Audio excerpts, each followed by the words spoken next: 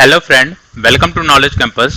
Digital and analogue communication के playlist में आज हम देखने वाले हैं वेब डिवीजन मल्टीप्लेक्सिंग। इसके पीछे के वीडियो में, लास्ट वीडियो में हमने देखा था फ्रीक्वेंसी डिवीजन मल्टीप्लेक्सिंग क्या होता है। तो अगर आपने वो वीडियोस नहीं देखा है तो आप जाकर देख सकते हैं, उसका लिंक मैं आपको डिस्क्रिप्शन में प्रोवाइड कर दूंगा। तो चलिए स्टार्ट करते हैं wave division multiplexing. Web division multiplexing is a technique which multiplex a number of optical carrier signal into one optical signal by using different wavelength। तो देखिए, वेब डिवीजन मल्टीप्लेक्सिंग में हम लोग क्या करते हैं कि अलग अलग डिफरेंट टाइप के सिग्नल्स होते हैं, और वो कौन से सिग्नल्स होंगे? ऑप्टिकल सिग्नल्स होंगे, ठीक है, in the form of light होंगे। तो हर एक सिग्नल का अपना अपना वेवलेंथ होगा। तो हम क्या करेंगे कि अलग अलग वेवलेंथ के जो ऑप्टिकल सिग्नल्स हैं उन सारे सिग्नल्स को हम लोग कंबाइन कर with the help of multiplexer, उसको कंबाइन कर क्या करेंगे, एक सिंगल सिग्नल बनाएंगे। ठीक है, सिंगल ऑप्टिकल सिग्नल बनाएंगे। ठीक है, तो इनपुट भी ऑप्टिकल सिग्नल होगा, आउटपुट भी ऑप्टिकल सिग्नल होगा।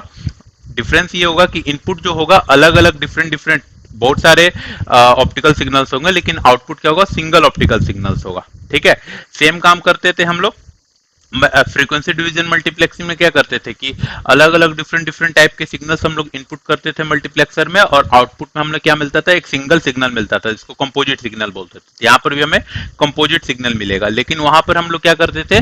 बेस्ड ऑन द फ्रीक्वेंसी के डिफरेंस पे हम लोग उनको क्या करते थे? कंबाइन करते थे। यहाँ पर हम लोग क्या करेंगे?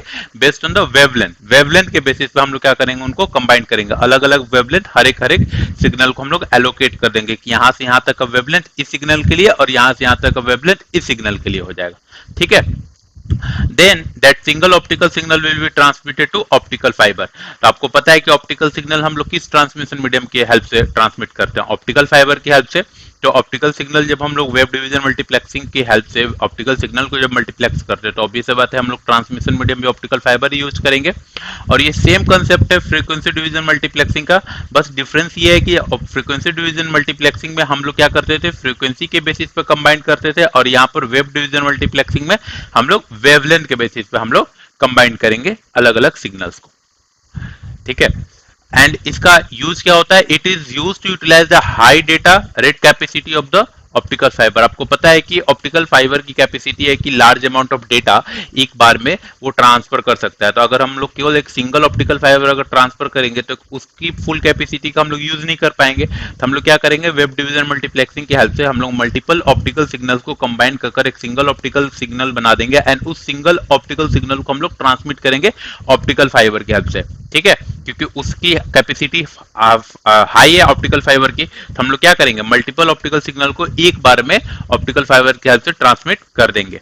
ठीक है, और ये भी एनालॉग मल्टीप्लेक्सिंग टेक्निक है। आपको पता है कि मल्टीप्लेक्सिंग टेक्निक को दो भागों में डिवाइड किया गया, डिजिटल और एनालॉग। तो ये एनालॉग कैटेगरी में आता है। तो देखिए, क्वाड्रेट एम्पलीट्यूड मॉड्यूलेशन। आपको पता है कि जब भी हम लोग मल्टीप्लेक्सिंग करते हैं तो मल्टीप्लेक्सिंग के पहले हम लोग कौन सा प्रोसेस परफॉर्म करते हैं? मॉड्यूलेशन। ठीक है, मॉड्यूलेशन में हम लोग क्या करते हैं?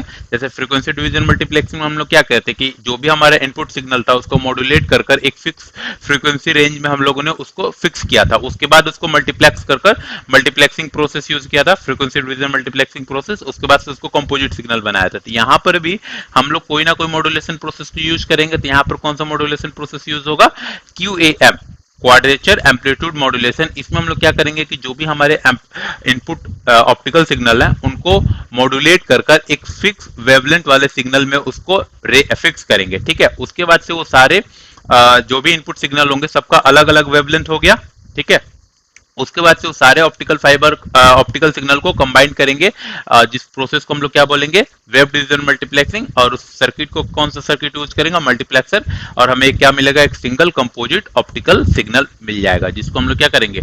ऑप्टिकल फाइबर की हेल्प से ट्रांसमिट करके भेज देंगे। तो देखिए, ये हमारे पास n नंबर ऑफ सोर्सेस है, या अलग अलग सोर्सेस से अलग अलग हमारा ऑप्टिकल सिग्नल जनरेट होगा। उसके बाद हम लोग यहाँ पर करेंगे मॉड्यूलेशन प्रोसेस में हम लोग क्या करेंगे कि हर एक सिग्नल का अपना एक फिक्स वेवलेंथ असाइन कर देंगे, और उसके बाद हम लोग करेंगे multiplexing process, web division multiplexing with help of multiplexer. और हमें क्या मिलेगा? ये अलग अलग जो सिग्नल्स आ रहे थे उन सारे सिग्नल को कंबाइन कर हमें एक कंपोजिट सिग्नल मिला। और इस कंपोजिट सिग्नल में देखिए, एक मतलब हर एक सोर्स का अपना एक फिक्स वेवलेंथ का रेंज होगा कि यहाँ से यहाँ तक का वेवलेंथ के लिए कौन सा सोर्स है, इस सोर्स के लिए या इस वेवलेंथ को हमने असाइन कर दिया। जैसे L1 से L2 इसके लिए असाइन कर दिया, L2 से L3 इसके लिए असाइन कर दिया, L3 से L4 इसके लिए असाइन कर दिया। तो ऐसे ऐसे हम लोग फिक्स एक वेवलेंथ रेंज हर एक सोर्स के लिए असाइन कर देंगे। तो ये हो गया सेंडर पार्ट। रिसीवर पार्ट में हम लोग क्या करेंगे, फिर वहां पर डीमल्टीप्लेक्सिंग करना होगा।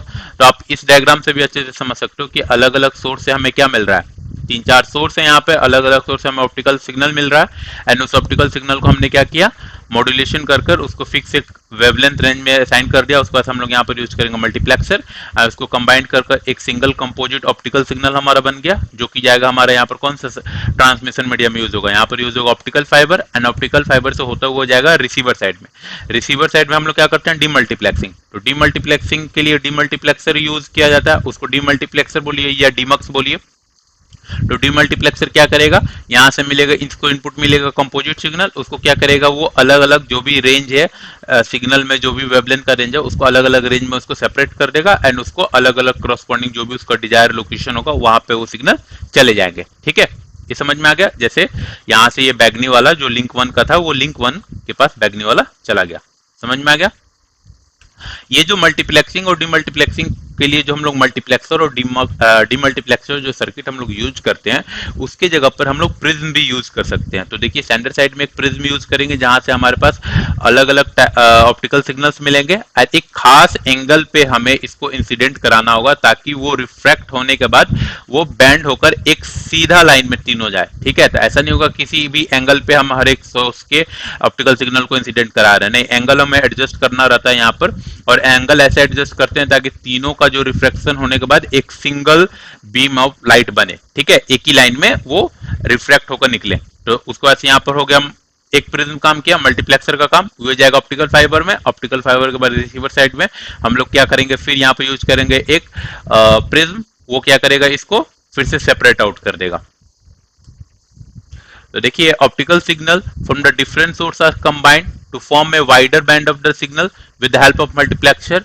ऑब्वियस बात है कि यहाँ पे इसका जो बैंड होगा, इसका जो बैंड होगा, इसका जो बैंड होगा, इन तीनों का बैंड से तो ज्यादा ही बैंड इसका होगा, क्योंकि इस बैंड, इस सिग्नल में तीनों इंक्लूडेड है ना। तो ये हायर बैंड हम लोग वाइडर बैंड का लाइट क्रिएट करते हैं with the help of multiplexer. और रिसीवर एंड में क्या करते हैं, डीमल्टीप्लेक्सर क्या करता है, सेपरेट करता है सिग्नल को और उसको ट्रांसमिट कर देता है रेस्पेक्टिव डेस्टिनेशन के लिए। Multiplexing and demultiplexing can be achieve by using the prism के हेल्प से भी अचीव कर सकते हैं। Prism can perform the role of the multiplexer by combining the various optical signal to form the composite signal and the opposite signal and composite signal is transmitted through the optical fibre and prism also perform a reverse process demultiplexing. ठीक है, वही बात जो अभी मैंने बताया, ये क्या है, ये कंपोजिट सिग्नल कहलाता है ना, जो अलग अलग सिग्नल से मिलकर बना हुआ है जो सिग्नल होता है उसको हम लोग क्या बोलते हैं, कंपोजिट सिग्नल बोलते हैं। अब हम देखते हैं वेब डिवीजन मल्टीप्लेक्सिंग का एप्लीकेशन क्या है। तो टेलीकम्युनिकेशन सिस्टम में हम लोग वेब डिवीजन मल्टीप्लेक्सिंग का यूज करते हैं। Computer network that use the laser system, वैसा कंप्यूटर जो लेजर सिस्टम यूज करता है to send the light signal, वहां पे भी हम लोग क्या यूज करते हैं, वेब डिवीजन मल्टीप्लेक्सिंग का यूज करते हैं। तो इस वीडियो में इतना ही। आई होप आपको क्लियर हो गया होगा कि वेब डिवीजन मल्टीप्लेक्सिंग कैसे यूज करते हैं। एंड अगर आपको ये वीडियो अच्छा लगा तो इस वीडियो को लाइक करें एंड चैनल को भी सब्सक्राइब करें, क्योंकि नेक्स्ट आने वाले वीडियोज में मैं आपको टाइम डिवीजन मल्टीप्लेक्सिंग बताने वाला हूँ। उसको 2 टाइप्स हैं, वो भी एक्सप्लेन करूंगा। एंड साथ ही साथ मैं आपको डिजिटल एंड एनालॉग कम्युनिकेशन का कंप्लीट सिलेबस अपने इसी चैनल पर अपलोड कर रहा हूँ, तो आप अपना कंप्लीट सिलेबस इसी चैनल पर कवर कर पाइएगा। Thank you for watching.